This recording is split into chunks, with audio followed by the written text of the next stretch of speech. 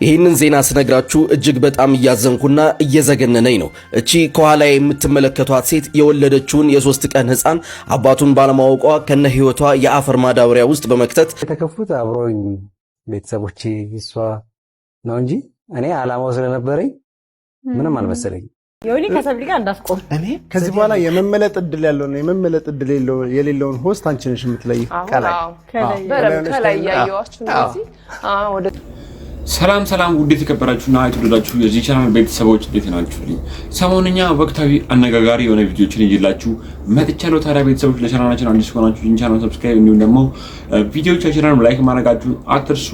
ወደ ቪዲዮቹ እሺ ቤተሰቦች ብፁዕ ቅዱስ አቡነ ማትያስ እጅግ በጣም ደስ የሚል መልእክት ለመላው ኢትዮጵያውያን እያስተላለፉ ነበር። እስኪ ደግሞ ይሄንን መልእክት ሰምተን እንመለስ። ዓለም ላይ ያለው መተረማመስ ለእግዚአብሔር ባለመታዘዝ የመጣ ነው ሲሉ ብፁዕ ቅዱስ አቡነ ማትያስ ተናገሩ። ባለንበት ዓለም ተባብሶ የሚገኘው የመጠፋፋት ዝንባሌ ለእግዚአብሔር በመታዘዝ በሰላምና በሰጥቶ መቀበል ካልተቋጨ ዳፋው አስከፊ ስለመሆኑ ገልጸዋል።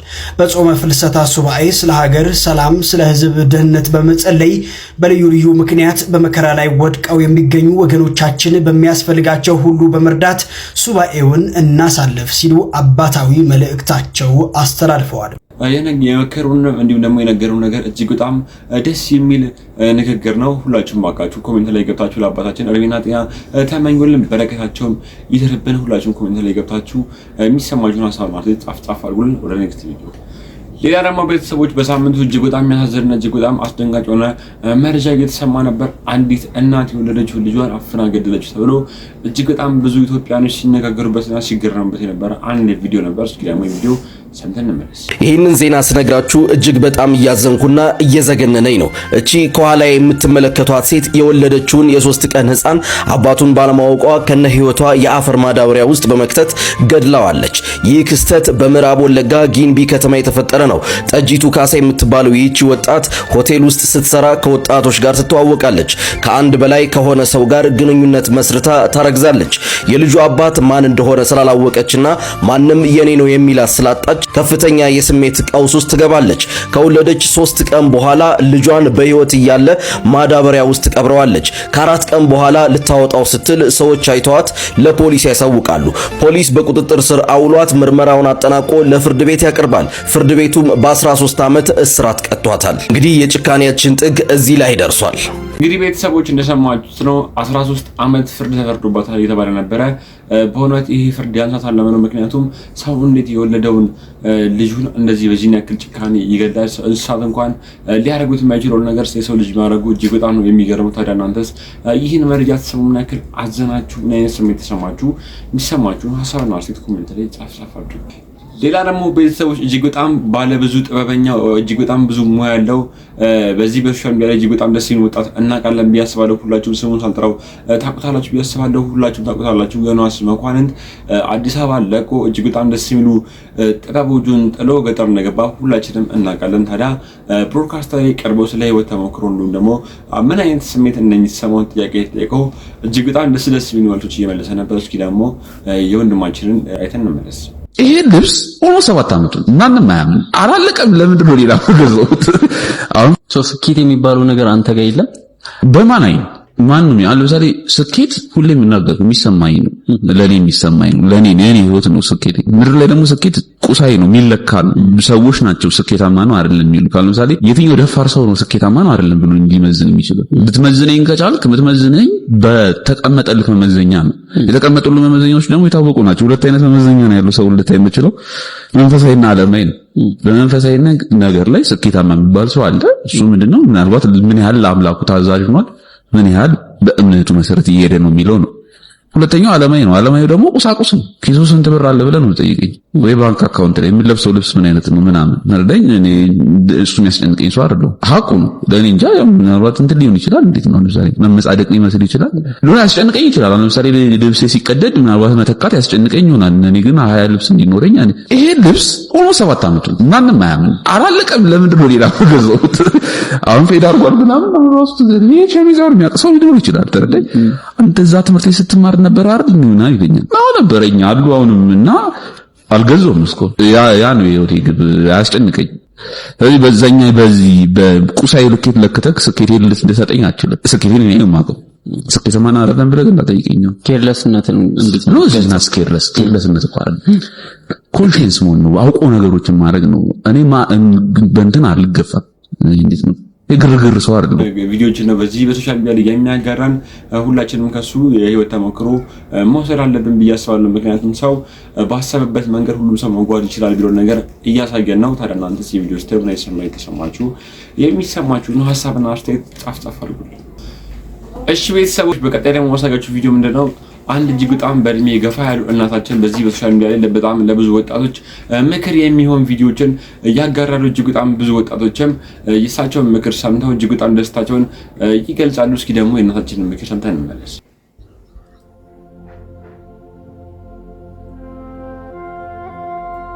እናንተ ምንቱ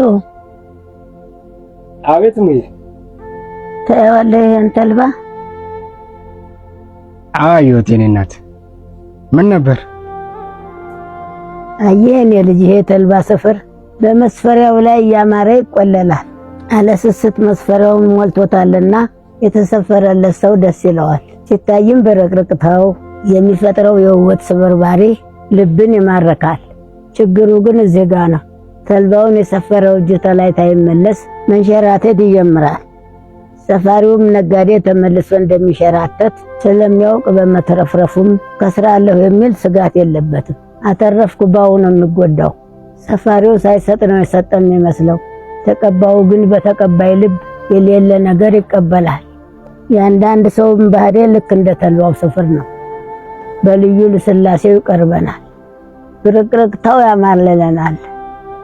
ፍቅሩ የተራራ ያህል ይቆለልብናል። እንደዚህ ያለ ሰው ጓዳችን ገብቶ ህይወታችንን ሊያስተካክልልን ተፈጣሪ የተሰጠን የጸሎታችን መልስ ይመስለናል። የማይዘልቅ ማህበር በጠጅ ይጀመራል እንዲሉ የአንዳንድ ሰዎች ማንነት ወደ ቅራሪነት የሚመለስ አይመስለንም። የተልባ አይነት ባህሪት ያላቸው ሰዎች ጋር ተያይዞ ልም ጥፍት ብቻ ይታየናል። ልባችንን ጥለንበት በተስፋ አሁን ወደኔ ከረጢት ይገባል ስንል እንደ ተልባ ተንሸራተው ይቀራሉ። መቆለሉ ሐሰት መለስለሱ ውሸት ሆኖ በውበት መሰፈሩ በውበት ለመንሸራተት መሆኑን ገባን ተዘገየ ነው።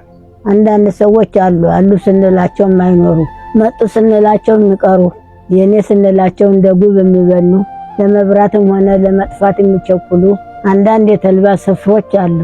እንደዚህ ያሉ ሰዎች ለኛ የማይሆኑን ለራሳቸው መሆን ስለማይችሉ ነው። ለራሱም ለእግዚአብሔርም የማይሆን ሰው ለኛም አይሆነንም። በጊዜ ተሰናብቶን የሚሄድ ሰው ጨዋ ሰው ነው። ቢያንስ እንኳን ጊዜያችንን እንድናተርፍ የአንበሳውን ድርሻ ይወጣል። አንዳንድ ሰዎች በእጮኝነት ዘመናቸው ለተለያዩአቸው ሰዎች በጣም ሲያዝኑና ሲጨነቁ እንመለከታለን። ነገር ግን የሚያዝኑ ሰዎች ያዘናቸው በትዳር ላይ ሆኜ ቢለዩኝ ይሻላል ተሚል ቁጭት ነው።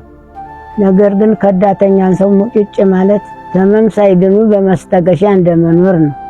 ድመት መልኩሳ አመሏን አትርሳ እንዲሉ የመለኮሱ የመነፈሱ የተለወጡ የተቀየሩ ጨዋ ያሳደጋቸው የሚመስሉ ተልባው ማንነታቸው ሲገለጥ ቅም ማንነታቸው ሲነሳ ልባችንን ሲያሳሱና ሲያደሙ ይኖራሉ።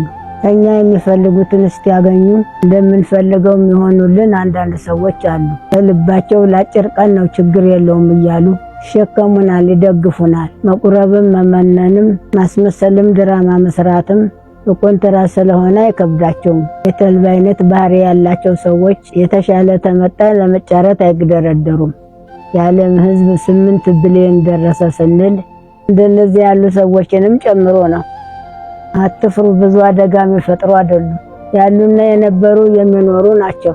የሚጎዳን የኛ ለማወቅ ነው። እንደነዚህ ያሉ ሰዎች በእግዚአብሔር ታልተለወጡ በቀር በእኛ ምኞትና ፍላጎት መለወጥ አይችሉም። ሁላችሁንም ወዳቸዋለሁ ተባለ። እጅግ በጣም ብዙ ጊዜ የሚናገሩት የሚመክሩት ምክር እጅግ በጣም ደስ ይላል። እድሜና ጤና እግዚአብሔር ይጨምርዎት ያላችሁ ኮሜንት ላይ ጻፍ አድርጎ ለሚሰማችሁን ሐሳብና አስተያየትም እግረ መንገዳችሁን ይህ ነገር ይጨመር ይህ ነገር ይቀነስ ካላችሁኝ ማስተካከሉ ነገር ካለ እናስተካክለላችሁ እናንተም የሚሰማችሁን ሐሳብና አስተያየት ኮሜንት ላይ ንገሩ።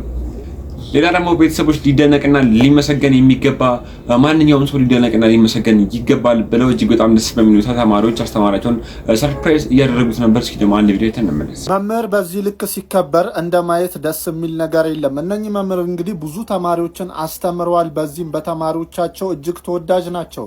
ተማሪዎችም እንግዲህ እነኚህ መምህር ትምህርት ቤቱን ለቀው ሊሄዱ ሲሉ ተማሪዎቹ መምህራቸውን ሰርፕራይዝ አድርገው አስደስተዋል። እንዲሁም ደግሞ መምህራቸውን ጋቢ አልብሰዋል። ክብር ለመምህራን። ያው ቤተሰቦች እንደተመለከታችሁ ነው እጅግ በጣም ደስ በሚል ሁኔታ አስተማሪያቸውን እንዲህ ደስ በሚል ሁኔታ አክብረውት ጋቢ አልብሰው ሽልማት እየሸለሙት ነበር። ታዲያ ስንቶቻችንን እነዚህ አስተማሪዎቻችንን ወደን እንዲሁም ደግሞ እጅግ በጣም ስለነሱ ጥሩ አመለካከት ኖሮን ያደግነው እኛ እጅግ በጣም ብዙ ጊዜ ተማሪዎች ለአስተማሪዎች ያላቸው አመለካከት አብዛኛውን ጊዜ የቤት ስራ ስሩን ደግሞ አጥሩና ተማሩ ስለሚላቸው ደስ የሚል ስሜት አይሰማቸውም ተብሎ ነው የሚታሰበው። ግን እነዚህ ተማሪዎች እጅግ በጣም ደስ በሚል ሁኔታ አስተማሪያቸውን በዚህ ነው። ሌላ ደግሞ ቤተሰቦች በዚህ ሳምንት እጅግ በጣም ብዙ የሚገርሙ ቪዲዮዎች የተቀባበሉ ነበር። ከነዛ ቪዲዮዎች መካከል ምንድነው በመንገድ ላይ አንድ ቤተክርስቲያን አባት እያለፉ አንድ ፕሮቴስታንት እየሰበከ ነበር። ታዲያ አባታችንን በሚነካ መልኩ ደስ በማይል ሁኔታ እድሜያቸውን በማይመጥን ሁኔታ ሲያከብራቸው መንገድ ላይ ተናገራቸው ነበር። ታዲያ በዛ ጉዳይ ላይ እጅግ በጣም ሰዎችም ሀሳብና አስተያየት እየሰጡ ነበር። እስኪ ደግሞ አንድ ቪዲዮ ተነስ።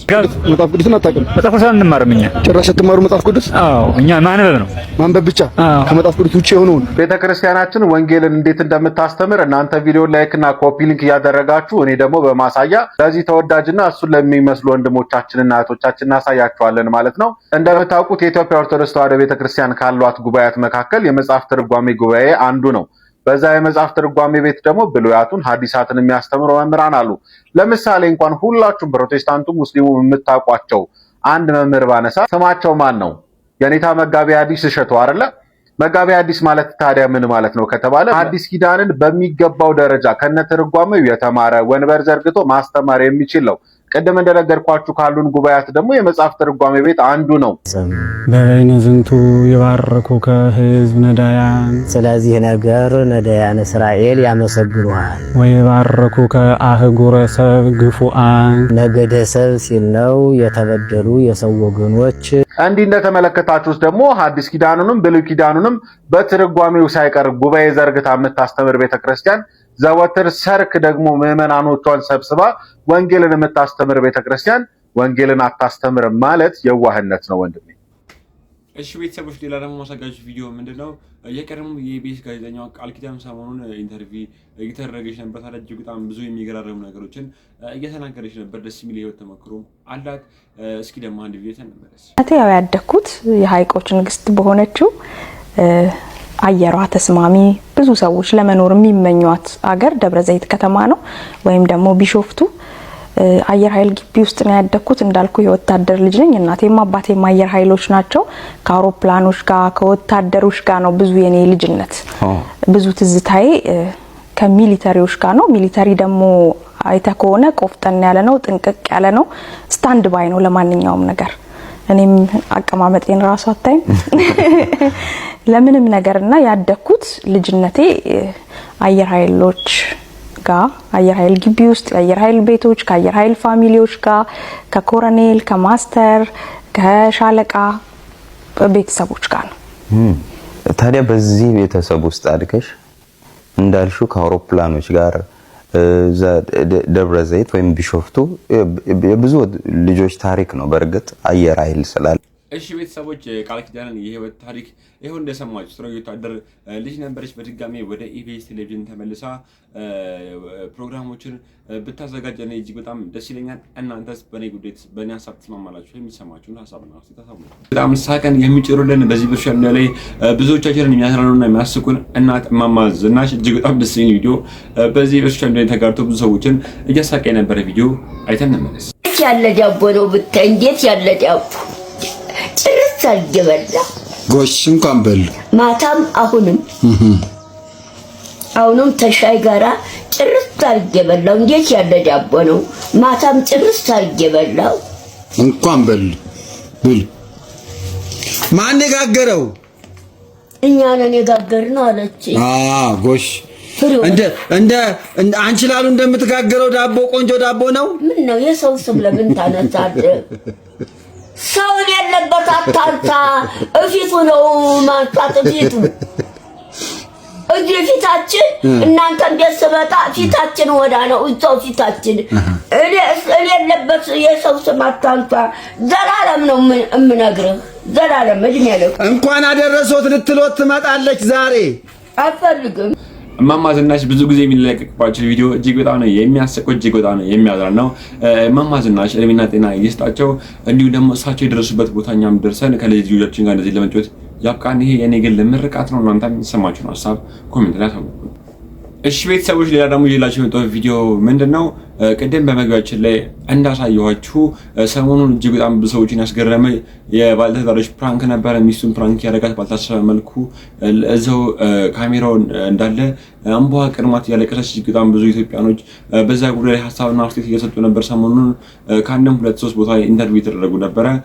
ታዲያ እና ቤተሰቦች ሁሉም ሰው የሚወደው የቤስት ቲቪ ቻናል ላይ ቀርበው የህይወት ተሞክሯቸውን እንዲሁም ደግሞ ስለ ቪዲዮ ቢናገሩ ብዬ አስባለሁ። ምክንያቱም እጅግ በጣም ብዙ ሰዎች የቤስት ቲቪ ፕሮግራም ስለሚከታተሉት ቅዳሜን ከሰዓት ወይ ደግሞ እሁድን በኢቢኤስ ላይ ቀርበው ፕሮግራም ላይ ቀርበው እውነተኛውን ነገር ቢናገሩ ብዬ አስባለሁ። ምክንያቱም ሰሞኑን ተቆርጦ ሲለቀቁ የነበረው ልጄ በምታረስ ጊዜ ቤተሰቦቼ ከጎኔ ሳይቆሙ እሱ ነበረ በክትፎ ሲያረሳኝ የነበረው ብላ የተናገረች ነበር። ታዲያ እጅግ በጣም ብዙ ሰዎች ደግሞ በዚህ ብቻ ነው የተቀባበሏቸው፣ ሊፋቱ ነው እንዲሁም ደግሞ ትዳራቸው ሊፈርስ ነው፣ ፍቺም እናቀርብ ብለዋለች የተባለ ነበር። ይሄ ነገር ከእውነት የራቀ ውሸት ነው። ይሄን ነገር ልነግራችሁ እፈልጋለሁ።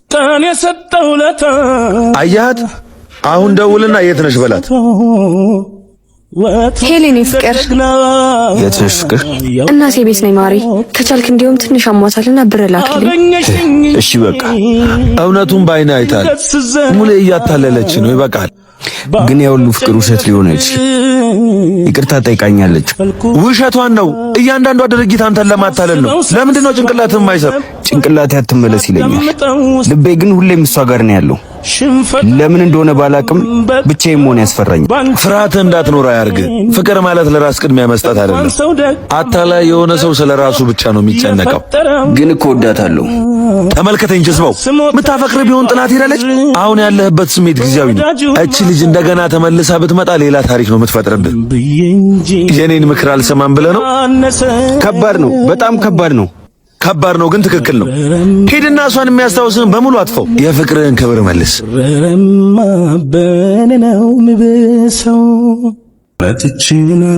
ስሙ ዛሬ ቅዳሜ ሆኖ ሰፈር ውስጥ ተዘብዝፈን ልንውል ነው አይደል? እንደተለመደው የአጅል አፍቃሪሽ ጋር ደውለሽ ለምን ግብሩን አይገብርም? አዎ እንደውም ልክ ነህ። ቆይ ልደውልለት። ሄሌኔ ፍቅር ድምፅሽ ልክ አይደለም ፍቅር። ደህና ነሽ? ምን ደህንነት አለ? ማዘርን እኮ ትንሽ አሞት ሆስፒታል ሆኜ ነው። በጣም አመማቸው? ልምጣ እንዴ? አይ አትምጣ። ባይሆን ብር ላክልኝ ያስፈልገኛል። አሁን በአካውንትሽ ልክልሻለሁ። እሺ አይዞሽ ፍቅር። እሺ በቃ ቻው። ያቺን ጣፋጭ ምሽት ደገምናታ። ቆይ አንተ መቼ ነው ለማታፈቅር ሴት ገንዘብ መላክ የምታቆም? ደግሞ ብለህ አታፈቅርህም ትለኛለህ? ባይገርም ሰሞኑን ሽማግሌ ልኬ ሰርፕራይዝ ላደርግ። አንተ ስለ ትዳር ታስባለህ፣ እሷ ከዱርዬ ጋር አዳሯን ትቀጫለች። ና ይኸው ጉድህን እይ። ይኸው አሁን ሳላመንከኝ። ምን አይነቱ ሴጣን ጓደኛ ነህ? አሁን ገንዘብ ልኬላት እሱን ለመቀበል መጣ። እሱ ደግሞ ወንድሟ ነው ነግራኛለች። መለያየት ያለብኝ ከአንተ እንጂ ከእሱ አይደለምሽ።